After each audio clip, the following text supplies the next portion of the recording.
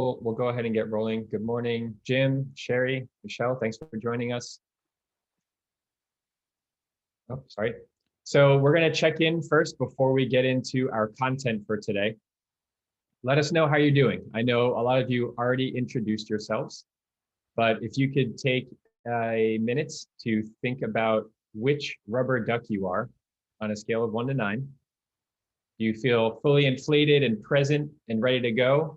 Or are you feeling like somewhere like in the bottom right corner where you're maybe a little bit low on energy and you need to be revived, or somewhere in between? So take a second, let us know how you're feeling. No judgment here. We're all coming from a different morning or day. We know we got people from all over the world and the country. We appreciate you being here. All right, Todd and Linda are ones. That is great to see. Oh, I see someone from San Jose, California, my old stomping grounds. Welcome, Vivian.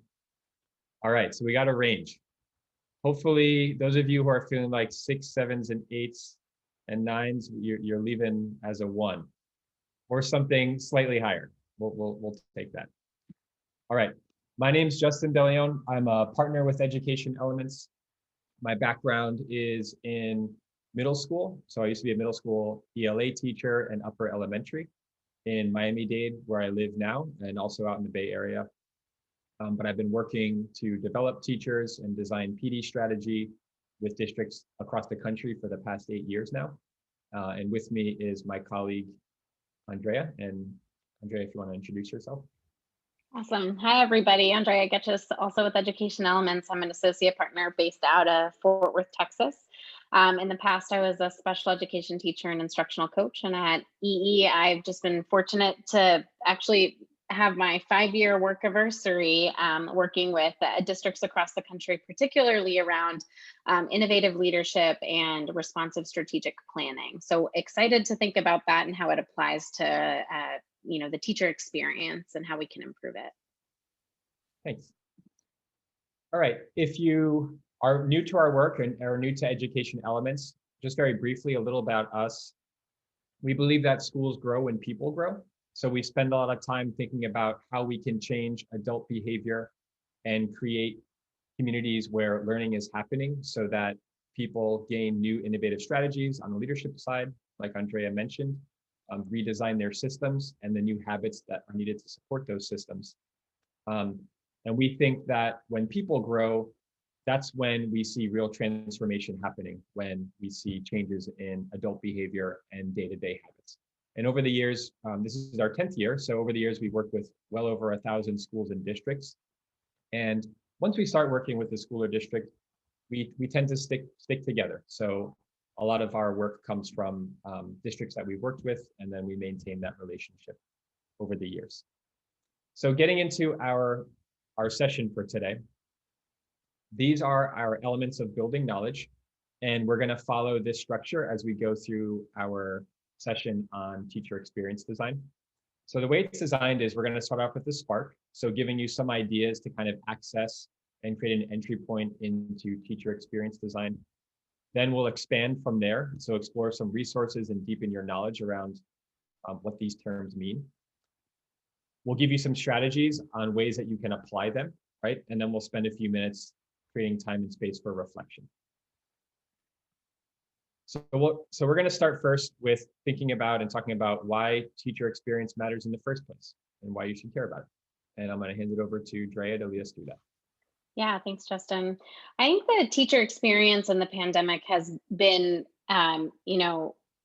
widely accepted or seen as incredibly challenging. At the beginning of the pandemic, we saw, parents naming the different ways in which they were feeling overwhelmed. And as a result, we're seeing, burnout with our teachers, teachers feeling frustrated about the requirements that they have during this time.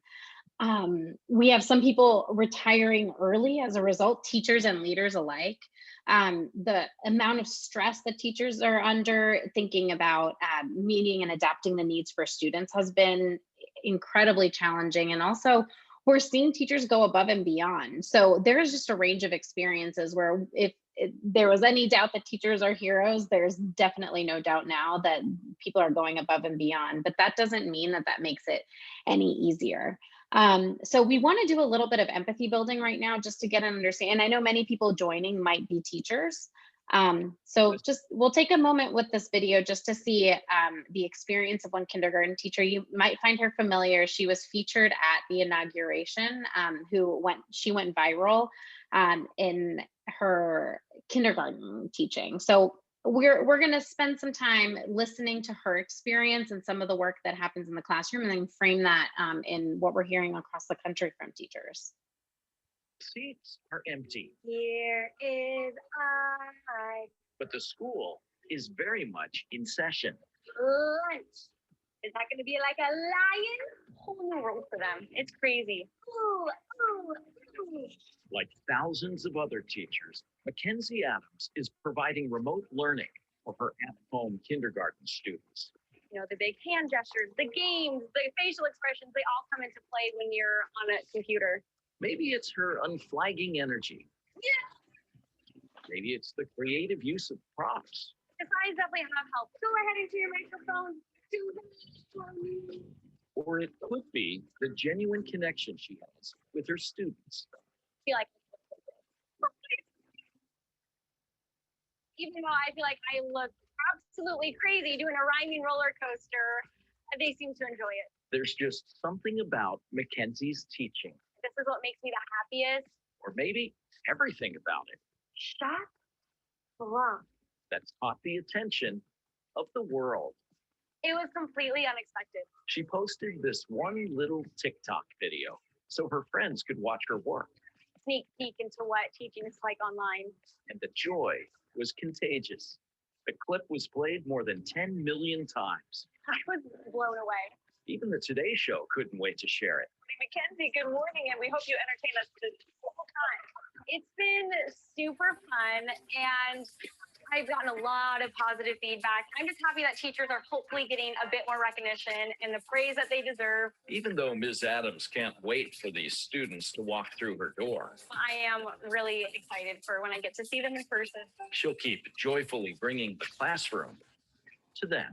If you're excited and you show it, the kids will also show it as well. Bye. Thank you, Jim. So as you can see, Mackenzie has an incredibly positive experience despite, not having students in the classroom, teaching completely virtually. And that is great. And it is an experience that we know our teachers are going above and beyond. But we also know the reality of this time is incredibly challenging. So some of the things that we put up here with this image of a classroom where plexiglass was put up and a teacher was sitting and showing what it looks like to be able to view the board from one of these desks. And how do you hear somebody over the plexiglass in a mask while the teacher is in the front? So just some of that, the physical space has completely changed. But in addition to that, we have people, all people, so students learning new skills, which as a result means that teachers are teaching new skills and they're also learning new skills. If the teachers are completely virtual, they're not receiving the same immediate feedback that they have in the past with students. So the aha moments or the rustle and bustle of learning. We're balancing the student academic needs with those of the social emotional burdens that students are feeling as well. People who are teaching are also managing the needs of their students while also managing the needs of their loved ones at home. So in addition to that, teachers are under an immense amount of stress and they're learning new things under an incredible amount of stress. And lastly, I think is the fact that there are constant disruptions. So I know that we're all feeling that, but whatever role that we play in schools and in on teams, it's really important to name that our teachers are at the forefront and thinking about the day-to-day and what the impact is on students. So we're curious if you'd engage in the chat for a little bit, just to tell us, what do you think are the biggest changes, or how has the teacher experience changed over the past 10 months? So you can add to the list that we have, or add something new, add any context. We'll give you a moment to add in the chat.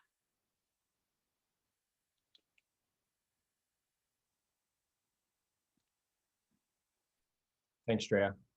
Yeah, and as we saw, like with Mackenzie's video, even though that was a positive experience, or we saw that stark image with all the plexiglass, what we're seeing, and part of the reason we're here today, is that some of the solutions that are being designed or the expectations that are being put on teachers are not particularly sensitive to or empathetic to what they're experiencing on the day-to-day. Despite administrators and leaders having really good intentions and wanting to prioritize safety, it is not always being thoughtful about, the teacher experience. And because of that, the student experience will often suffer. So we're starting to see some ideas coming in the chat here. Yeah, definitely the loss of the personal connection, right? That's a very different experience, connecting with students online versus in person. And keeping students engaged. That also requires, as Drea pointed out, it requires like a new set of instructional skills on the teacher side to figure out how I engage students as a virtual teacher. Or Michelle, you're talking about IT troubleshooters too. Like that was always kind of a component, right? But now it's so much of a bigger component, let alone doing it remotely, especially with younger learners can be very difficult, right?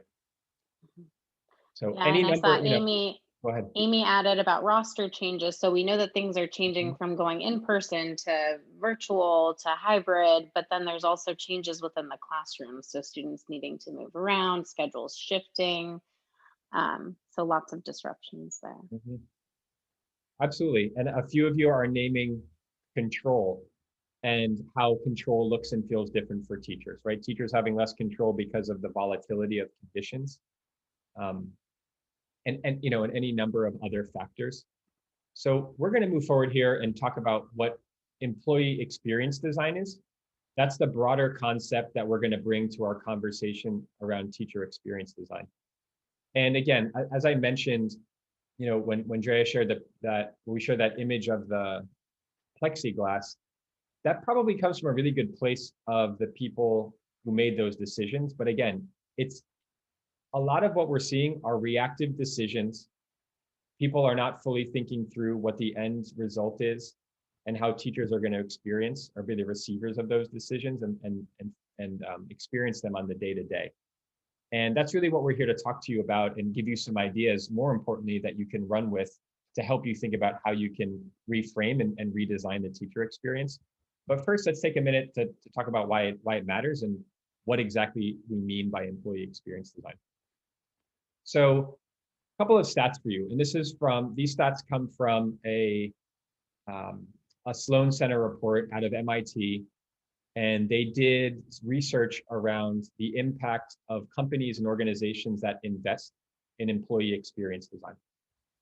The takeaway here is that companies who do make a significant investment in both resources, time, but most importantly, make it a priority in shifting the mindset of the company to value employee experience, they tend to be more innovative, more profitable, and have higher levels of customer satisfaction. I understand, we're clear that privately held companies, right, and like for-profit companies are not the same as schools and districts. Definitely understand that. At the same time, there are learnings and takeaways to be had from the private sector, right, and from business that we can apply in the context of schools and districts, especially when we think about teacher retention, right? And so one of the questions we can ask ourselves is like, what role can thoughtful employee experience design, or in our case teacher experience design, play in retaining teachers? Let alone the impact it can have on innovation, customer satisfaction, which would be student satisfaction ideally, and parents, and profitability, which the parallel on the school side would be student achievement and outcomes. There's something to think about. The other thing I would say before we move on from here is that employee experience design as a practice, right, and as a body of knowledge is relatively new. It came onto the scene in the private sector and in the business world not much more than a decade ago with some of the leading tech companies, mostly IBM. And from there, you had other kind of earlier adopters like your usual suspects like Airbnb and Google. But what you're starting to see now are chief experience officers.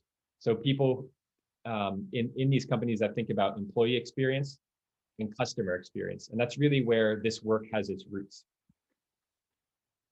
Another point to consider when you're thinking about experience design with teachers is that different generations tend to value different work experiences.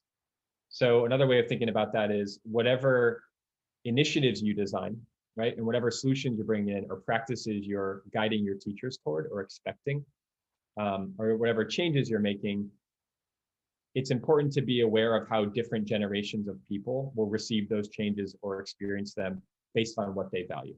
So this is not meant to be like a blanket for all people of a generation, so much as to raise your awareness and give you something to consider. So for example, while baby boomers might believe more in managers, right, and having more of like a top-down approach, or they're used to that, and that's what they were acculturated and brought into the workforce.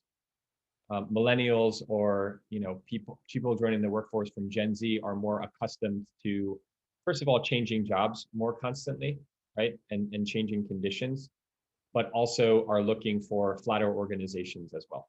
So just a few things to keep in mind. I'll give you all a second to read this, but this article from the Harvard Business Review, it presents a nice and maybe a little long, but a very clear definition for what we mean by employee experience. And at the broadest level, it's the sum of all of the interactions an employee has with an organization. Every single thing, from the moment that I learn about the organization as an employer, or in our case, a school or a district, to the moment that I retire, right? And all the touch points in between, whether that's answering an email, a PD training, my experience in the classroom, in the teacher's break room, processing HR paperwork. All of these things collectively add up to the employee experience. And all of these things collectively can translate to the teacher experience that we want to design. So before we leave this section, I wanted to take a moment to reflect again with the group and have you all respond in the chat. Thinking about your experience as an educator, what have been some of those key moments or interactions that have shaped your experience? What are those moments that have really stood out to you that have defined your experience as a teacher? So take a minute to share in the chat. If you want to share on behalf of a teacher that you support too, please do.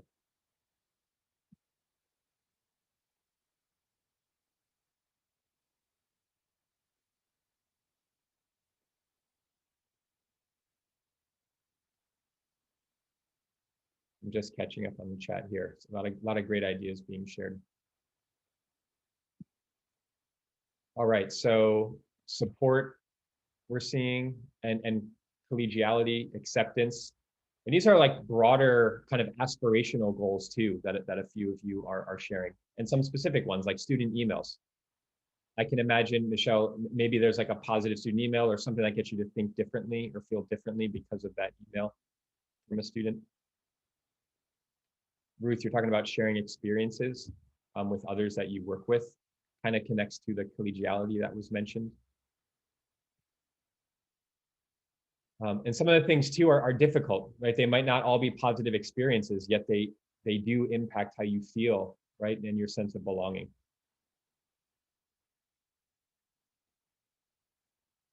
All right, a lot of great seeing ideas. a lot of interpersonal things that people are needing connections, whether it's with students or colleagues. Mm-hmm. So I think that's really interesting. Absolutely. Absolutely. Thank you everybody for sharing. A couple of ideas here, and this is not at all an exhaustive view of all of the different interactions. The point here is to help you see that a teacher's interactions, they span many different people, as you pointed out, like a supportive admin or a mentor or students, right? But they also span many different environments. And so if you think about the experience that a teacher has, right? She has informal experiences in the classroom, but also with her team, her grade level team or subject area team or her school team, but also with her district and a larger community. So again, the point here is just to help you begin to see that the collective experience across all these interactions, right? Together, they create a larger employee experience. And any one of these components you could redesign, or any one of these components, right, you can sustain because they're going particularly well. And so often what we think about and what we've seen in our work as school and district leaders are making change or asking teachers to do things, it comes more from a place of compliance or effectiveness, but not always from a place of empathy. And empathy is really at the crux of designing experiences that help people feel a sense of belonging and help people feel like the experience is designed for them and is producing value for them. So that's what we're going to get into right now, is to start to share a handful of strategies that help you understand what that could look like to go about building that empathy, and some considerations that might help you think about how you could redesign aspects of the teacher experience. And so to do that, we're going to share 3 strategies. There's many ways you can go about this work. These are designed to work in succession and to be progressive. You could also do any one of these on its own. So we're going to start out with a journey map. And if you do any kind of follow-up reading about employee experience design or experience design in general, you're going to see journey maps popping up all over the place in your search results. So Drea is going to lead us through understanding what that looks like and how you can apply it. And then we're going to get into the quick write. So from the journey map, you might decide like, okay, this is one aspect of the teacher experience that I want to go deeper into. We're going to talk about how you can use a quick write to build a greater degree of empathy. And then finally, we're going to share an idea about how you can create a peak moment to test something out based on what you learned from that quick write. All right. All right, so journey map. I love using the journey map because it's a great reflection tool, but it also can be a great ideation tool. So it's something that you can do both retroactively and proactively. And what it is that it's a visual, a graphic, just basically an interpretation of the story of the experience that people have with the organization. So that can be from, and we'll show you what we think about, but can be from the process of applying for the job or learning about the organization to the growth that people have ongoing within an organization. So whether that lasts, 3 to 5 years or 25 years, there are different experiences that we can highlight and understand. So what it does is it really helps us consider what the feelings are, the satisfaction people might be experiencing, what questions come up for folks, and then what are the needs. And you can see this in the example in corporate environments through IKEA, for instance, and I was just there about a week ago. But if you've been there recently, and if you've been a fan of IKEA like I have for a very long time, you've noticed the change in the experience. So years ago, IKEA used to have the showroom, and you would have to go all the way through the showroom to get to the store, or you could just skip the showroom and go immediately to the store. And the goal was to be able to get people seeing the furniture in different settings and different arrangements, so that people could get some inspiration. It definitely targeted people in their 20s or young couples who are just starting out. The content is very affordable. It's at ease of shopping, so there is a regular shopping experience, and then there are a lot of helpful people there. So there's also childcare if you want to leave your kids while you're shopping. But core to the structure is there's a showroom, there's packages for those large pieces in separate locations, and there's just the one-stop shop for food and childcare. Something that they did recently to adjust that was identify how people were feeling along this experience. And you can see here that there was a lot of high and positive experiences to things like the childcare, getting the ice cream and the hot dog, testing out the products or seeing some of the displays. But there was a lot of frustration when there was time to do the self-service, or the parking lot experience is really frustrating.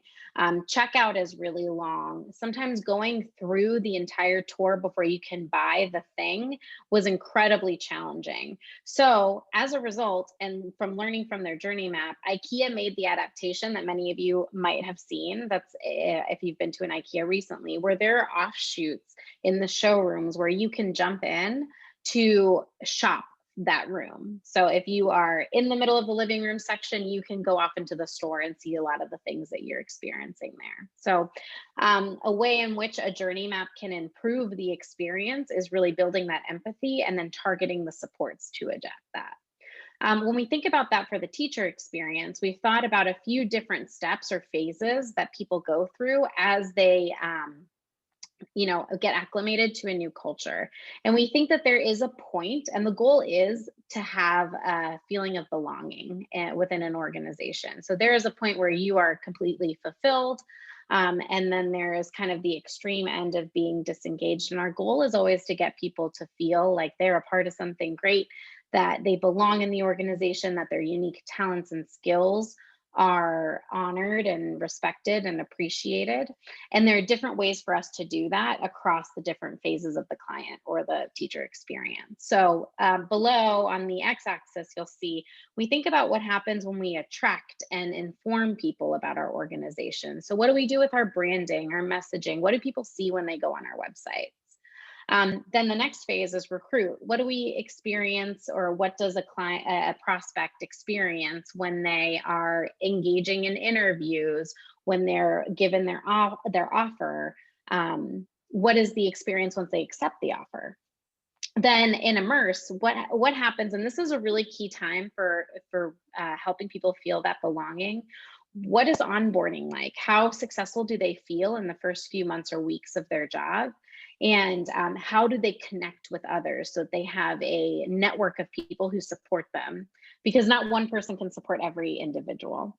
And then, the last two, I think, are definitely later on in the life cycle of a teacher or an employee within your school district.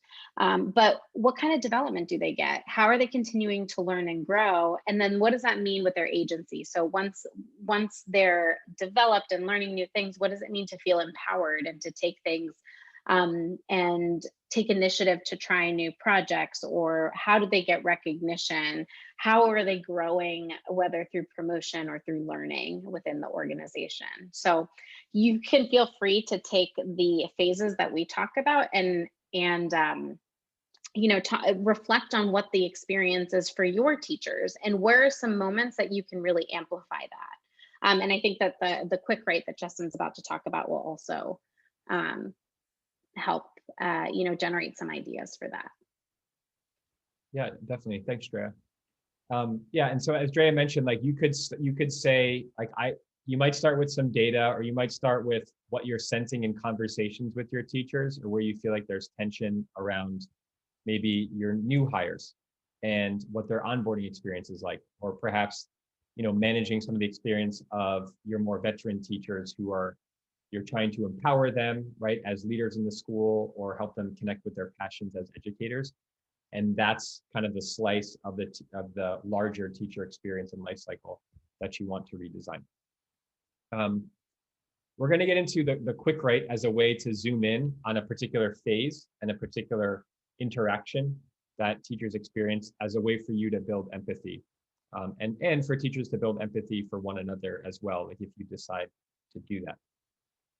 So, for example, like if you were to zoom in on what is a teacher's day like, and unpacking the layers of that, going back to our phases from the previous slide of teachers like who are developing or in the power phase, so you're more mid-career and more veteran teachers, you might think about the scenario that they're in right now in school, that they're in person, but there's social distancing going on. Maybe you want to focus on your middle school teachers, right?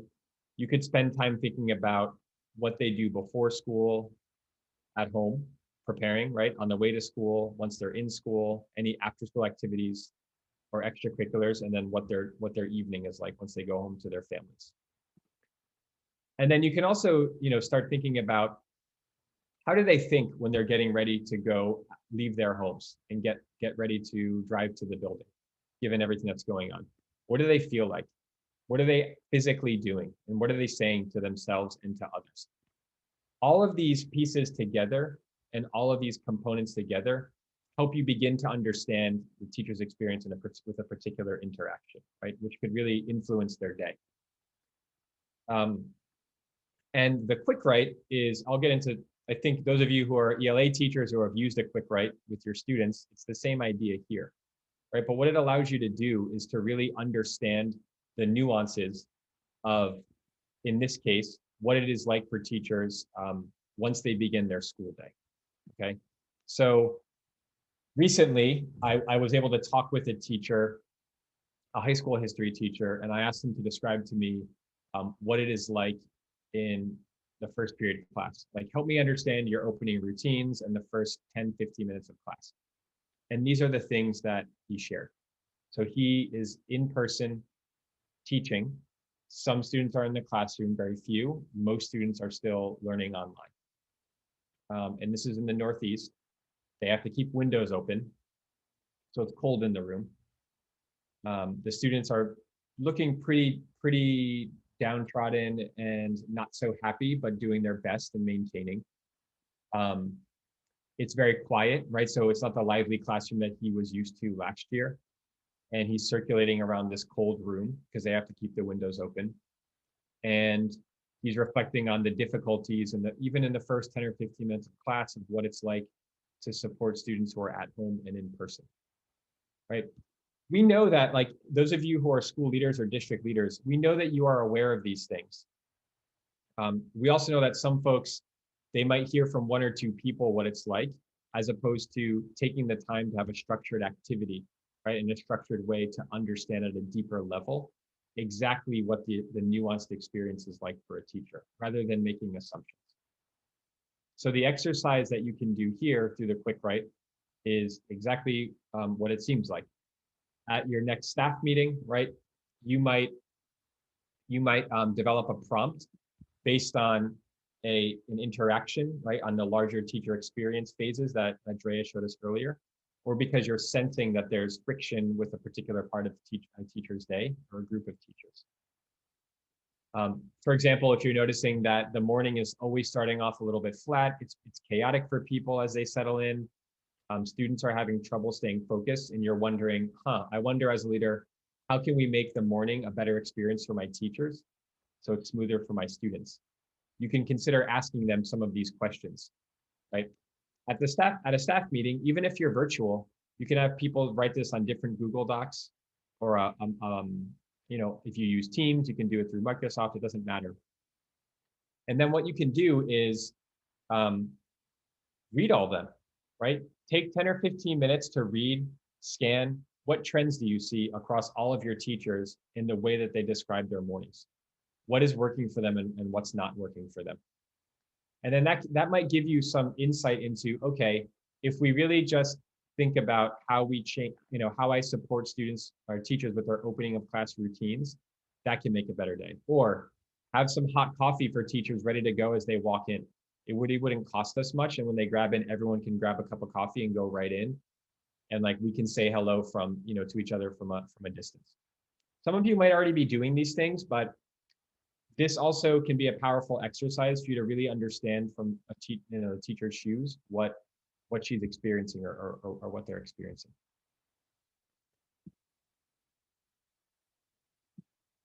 So I want to stop here to reflect before we move on to our last strategy. Are there specific teacher interactions that you feel like you could better understand in order to improve them? So essentially, like, where might you use this quick write? But asked another way, are there specific interactions that you need to better understand so that you can design a better experience around? So take a minute, share those in the chat. What's kind of been top of mind for you, or where have you been sensing friction or tension, or something just feels off or isn't working with specific aspects of the teacher experience?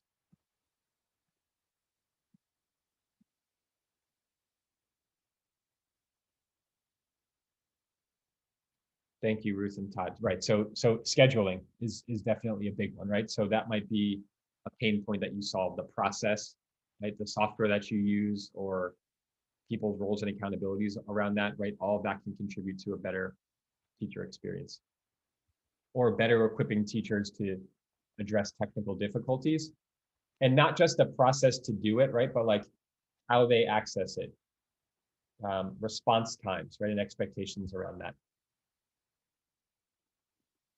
Okay, and what Michelle and Tyler, you're sharing is not the same, but similar in that there are pivots, right? So thinking about how we manage the experience of pivots from in-person to virtual, maybe, but also how expectations for classroom teachers change when we're in different learning modes. Right. So we're gonna move into our last one here. Andrea and I will both talk about this one, and this is really about peak moments. And so how can we design like a specific interaction to be a memorable one? So this is a true story. So this is a screenshot of my, the company messaging app that we use, Slack. And a couple of weeks ago, I was just, answering emails and doing what I do. And my colleague Kelly sent a message to 3 of us, and we were supposed to meet later that day to talk about summer school. And we wanted to kind of kick off this mini project about reimagining what summer school could be like. And as we like begin to plan that with the schools and districts we support. And so that was on the calendar. So at 10 a.m. this shows up, and she's basically like, "Hey, let me order you lunch." And it came out of nowhere. And it was like a very thoughtful, I mean, you see my response. It really did make me so glad because I wasn't expecting it, right? Lunch, especially in the virtual world right now, that's something that I either turn my camera off and I'm eating while I'm in a meeting, or I'm sitting by myself in my house. It's fine, right? It's not like the end of the world, but it's not a particularly like great experience. But that day, right, it stands out to me. This is already like a standout moment for me from 2021. And it was such a simple thing for me to be like, I would like this delivered to my home for lunch, because it represented so many other things. Like, I belong on this team. My colleague Kelly is looking out for me and for us, right? She's thinking about us and aware of what our days are like. Right. So this might seem like an obvious thing, but there actually are a lot of layers here. And the simple idea is that, you can create peak moments for people through very simple interactions, and just by taking time to reflect and build empathy, such as through the quick write or zeroing in on those moments from the journey map that you want to. And a lot of this thinking comes from a book that was written and released a couple of years ago called The Power of Moments. And the basic idea, there are a number of like very interesting ideas. One of them is that over the course of the day, you might experience moments that bring you down or feel negative, right? Or feel more trying and taxing. But it's the peak moments that you really remember from the day that stand out, and ultimately what are ingrained in your memory, and ultimately are what shape your larger experience. So for example, anybody who's been to Disney World or Disneyland, you may have spent a lot of money and spent a lot of hours in the park, right? So like think about it. You go in, you are waiting in line, it's hot, right? You figure out and get oriented to where you're at the park. You're feeling fine, right? And this is going back to when Drea walked us through the journey map. You wait in line for your first ride. It's fun. Everyone's having a good time. You go on to your second ride. Everyone's feeling great. The heat's starting to get to you, right? You're getting closer to lunchtime. The kids are getting cranky. You're finding a place to eat. Maybe you're feeling a little bit lower, a little more stressed. There's no tables to sit at, right? And then you walk around a little bit. You get your daughter some mouse ears, walk around a little bit more. You go on to Space Mountain, and everyone's just super stoked and happy after the Space Mountain experience. And even though the kids were kind of losing their marbles, and maybe you were too around lunchtime, it's the Space Mountain experience that you're going to remember. And that, a couple of Fridays ago when Kelly ordered me lunch, there were definitely things that happened that day that bothered me and that were difficult, but I honestly don't even remember them, even though that was less than a month ago. I remember that moment because of Kelly like designing that for us. right? So think about a very specific moment. So you can see how Dre and I are leading you down like a narrower and narrower path. Think about like a very specific moment in a teacher's day that you can turn into a peak moment. You don't have to talk about how you would do that, but are there very specific interactions in a very specific moment of a teacher's day that maybe you could just make a little bit brighter and more positive by, first of all, identifying it and then taking some action?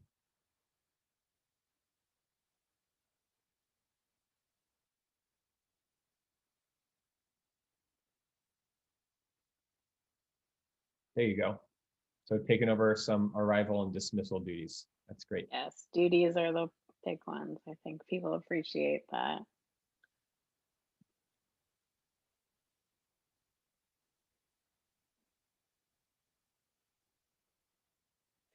Some things that we've done too as an organization are things like a movement challenge or a gratitude challenge or things like that that keep people engaging with one another. Because I do think a lot of what you all mentioned at the beginning are these social interactions with students or with one another that people are really missing. So how can we build opportunity for people to connect or have that informal time?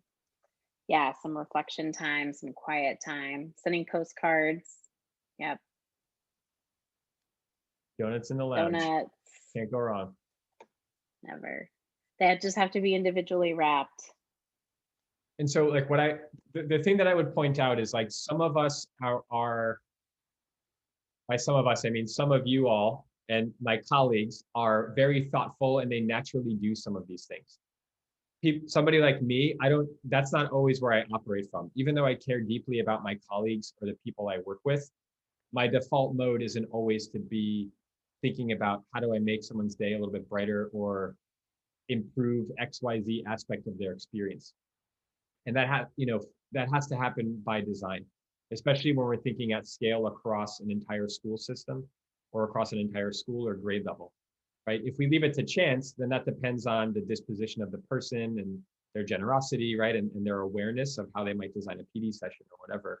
So that's kind of one of the big points here too, is that if we make it a priority and we do this with intention, then it will happen, right? And more teachers will have a better experience and hopefully stay in the profession and at the schools and districts you work in longer.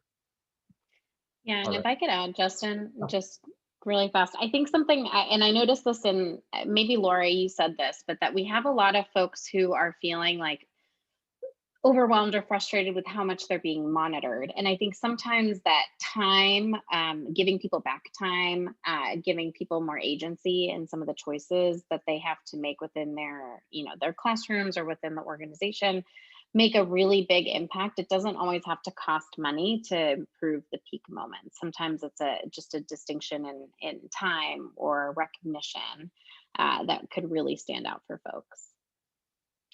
And I think the next part is mine, so I'll take it from here too.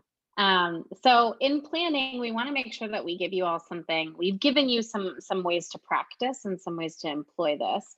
But we also want to give you a time to commit and think about what that means for you. So we're going to give you a framework that we like to use for committing to habits or small habits. So this is based off of the New Teen Habits, a book that was co-authored by our CEO, Anthony Kim, with Kawhi Lai and Chiara Mascarenhas. And so this is a way for us to think about how we can make small habits that could have a large ripple effect within our organization. So it doesn't have to take large scale changes to make a huge impact. So we're going to talk about what those small habits could be that cause that tiny ripple and ultimately have a ripple across your organization. So how does this work? You can think of it from left to right or right to left. I like to use left or the right to left process. So I'll share an example for myself. We had this amazing opportunity a few years back to work with an organization in Brazil. And I'm a Spanish speaker, but I don't know Portuguese. So I wanted to make sure that I could brush up on my Portuguese before going. So I had this ultimate goal of having an impact within the meetings where I could connect professionally with folks. And I thought that in order to connect professionally as my goal, I wanted to improve my vocabulary. And so if I broke that down further, I committed to babble for 5 minutes each day, because that was really, amidst many other things, the only thing that I could really tangibly see change in. I knew I wasn't going to become fluent in, 3 to 4 months that it took to go there. Uh, but I knew that I could do some incremental change that would build trust. You could also use this exercise from left to right. So if you see the last example, a small habit that we like to talk about that I think builds experience in, a team is incorporating a check-in. So we did that at the beginning with the images. And we also know that if people talk within the first 5 minutes of a meeting, they're more likely to interact throughout. So incorporating a check-in is the small habit that you might incorporate if you want to be able to give everybody a time to share about themselves. Because the theory there, the hypothesis is that if people share more about themselves, then we might reach our goal of deepening psychological safety with a team. So we would love for you to practice this as well. So if you could think about something, maybe you've had some ideas percolating based off of the teacher experience and how you might want to improve it. What's one small habit or takeaway from today's conversation that you think you could incorporate to help you with the goal? So improving the teacher experience is our ultimate goal. What's your hypothesis, and what's the small habit that you might incorporate? So we're going to give everybody a moment to add this to the chat. And then we want to share a few different ways that we can work with you and support this type of work.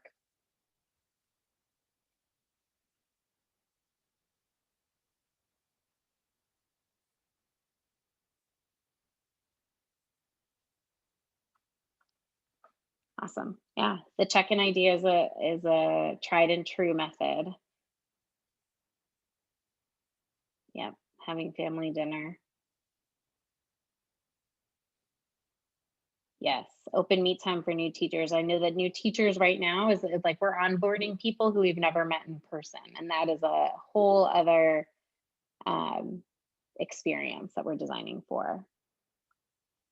Yep, setting aside time to consistently meet with staff, sending positive notes and affirmations of that. Create a check-in with new teachers to build community. Love these. Love the inclusion of the hypothesis. Yes, and Amy, you're looking at leading a team of coaches or having coaches who support the teacher experience. Yeah, these are great. And again, we would push you to think about the larger teacher journey, developing empathy for one aspect of that, right? And then aligning your daily habit to that particular need, right? And thinking about what is the larger, what is the larger goal that you're working toward in the context of improving the teacher experience.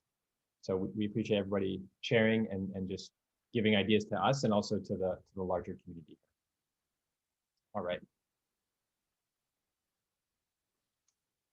So you might have some of this work, and we talked a bit about what the journey is for your employees, and you might be thinking, okay, this is something that we're actually looking to invest some time and resources to as you're thinking about it within your context and within your organization. And so we want to just show this timeline that we think about for the staff experience within an organization.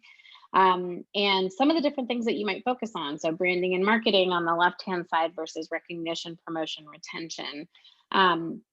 So these are different ways, if you see that gray row there, are ways that we do this work with clients across the country. So if you're looking to identify, which area could have the highest impact for you and your organization, we'd love the opportunity to connect with you further and, have some one-on-one conversations about what would be the biggest shift that you could make and what phase of the experience could we really dig into. So we have a lot of insight into that, and our contact information is on the slide here. We'll add it into the chat as well if this is something that you'd like to follow up on. But there are also some other great opportunities for you to engage with us that are upcoming as well. So I'll let Justin share a little bit about that. Totally. So we have our ongoing webinar series, Learning Now and Later. You can check out. This will be in a follow-up email, by the way. to continue joining events from our webinar series, but there'll also be a link to the recording and to the slides from today's session if you're interested in checking those out. And then those of you who are data leaders in your schools and in your districts and learning communities, we are having a data culture mini conference. So we've been really trying to think differently about how we're more mindful of people's time, but still push learning and push conversation and community. And so these mini conferences are 2-hour events. They move really quickly. They're a blend of video and discussion, right? And thought-provoking questions. And our next one is focused on how you can create a data culture in your school or in your district. So a mix of strategy and tactics and practices around building that data culture. So you can check that out too. The bit.ly's in the bottom right. And again, we'll share this in our follow-up email. And you can always follow our blog. And if you have any questions, definitely send a note to Andrea or I. Our emails are right here. And as we close out, I just want to say thank you to Andrea for joining me today and co-presenting. I appreciate that. And for everybody who made the time and the commitment to join us today and share your thoughts and learn a little bit more about teacher experience design and why it matters. Thank you all for joining. We appreciate it. All right. All right. Take care, everybody.